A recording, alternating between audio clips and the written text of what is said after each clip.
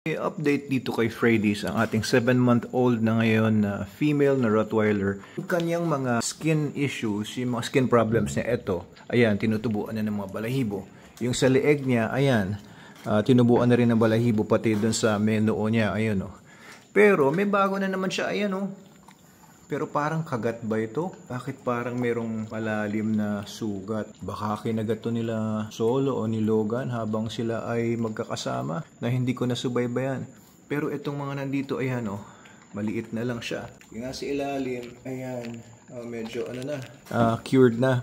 So nakaka 1 month na siguro yung next guard ko dito. Pero alam nyo na research ko, ang Bravecto versus NexGard, bukod sa 3 months ang effectivity ng Bravecto versus dun sa 1 month effective lang ang NexGard, kailangan magbigay ka every month ng NexGard. According sa mga studies, mas effective ang Bravecto agad kesa sa NexGard. Kasi daw, after 2 months, 100% ng Demodex mites ay nawawala na sa Bravecto. Whereas sa NexGard, maaaring nasa mga 96% pa. Parang 94% siya sa first month, second month, 96%. Tapos on the third month, parang 98 to 99% lang nawawala. So hindi siya nagwa 100% sa NexGard. So susubukan ko naman kung talagang maganda ang Bravecto kumpara sa NexGard. Siguro bukas or the next day, bibili naman ako ng Bravecto. Yun naman ibibigay ko sa kanya dito kay Freddy's. Para mas sure na mawala na yung demodecosis nito. Ayan medyo happy na naman ako pero hindi ako sobrang happy. Kasi parang meron na naman. Ayun parang may sugat na naman siya doon. Ewan ko lang kung nakagat ito ni Logan or ni Sol. Pero yung pag-grow ng mga balahibo niya, ayan po, medyo kailangan pa mag-grow ng mabilis pa. Sabagay, 1 month pa lang naman. 1 month pa lang naman nandito si Freddy's. Pero mas gusto ko nang bumilis. Subukan ko naman yung Bravecto. And obserbahan din natin. Next card mukhang naman, effective naman siya. Pero sana mas effective ang Bravecto. Ayan tinubuan naman siya ng mga balahibo. Tsaka yung dito sa ilalim ng leeg niya.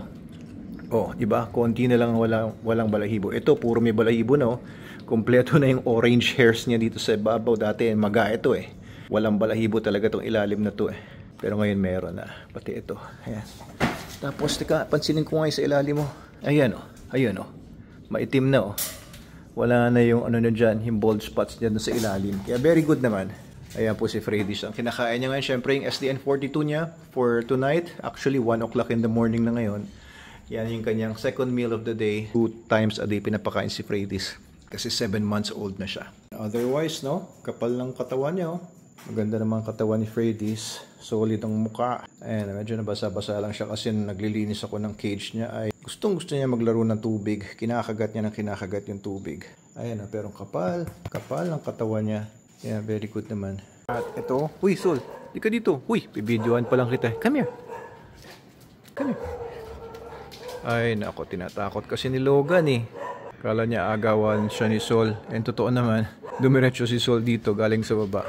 Sol, ika dito. Akala ko maglalaro na sila Akala ko busog na. Ayan pala bumaba lang doon si Sol. Pababa tayo doon o kakain ka pa? Uminom. Actually, bumaba siya doon. Uminom siya doon. Tapos uminom ulit dito.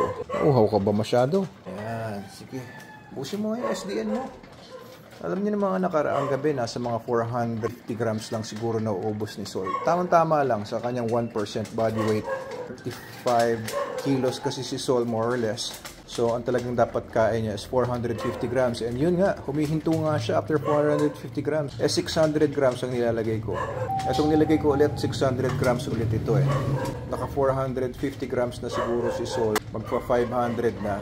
Titignan ko kung pwede pa siya mag-bulk up Okay na naman yung katawan niya, pero gusto ko na medyo kumapal-kapal pa siya ng konti. Hindi naman siya nagte-training ngayon, hindi naman siya todo exercise. Although kahapon nga, naglakad kami hanggang Jollibee kahapon ni Adam at saka nitong si Sol. Hindi naman niya kailangan masyado ng maraming food dahil hindi naman siya nagtatrabaho all day. Actually, ito nakakagala-gala naman siya dito, pero mostly ay pahiga-higa lang din to. Pwede na lang kung meron siya nakitang anything of interest. Tsaka lang siya nagpupunta kung saan niya gusto. Kanina nakapanik din siya doon sa taas. Pagbaba nga niya dito, may puti-puti yung ilong niya. Mukhang dinunggol niya ulit yung ilong niya sa may tabi ng may mga residue pa siguro doon ng skim coat. Ayan, mukhang maubos niya yung 600 grams niya ng SDN42 original ngayon. Ayan Very good, Sol. Pero si Logan, naglagay ako ng mga 400 gram. Hindi niya naubos, oh. Parang nasa 300 grams lang ang inubos niya. Okay lang naman kasi maganda naman katawan ni Logan. Logan, halika dito. Come here. Hindi ako makasigaw kasi 1 o'clock na. Come here, Logan. Ayan, maganda naman katawan ni Logan. Maliksi-liksi naman siya kahit pa paano. Ayan, ganda naman ang kanyang likod. Very good naman yung katawan niya. For a 12-year-old dog, okay na naman siya.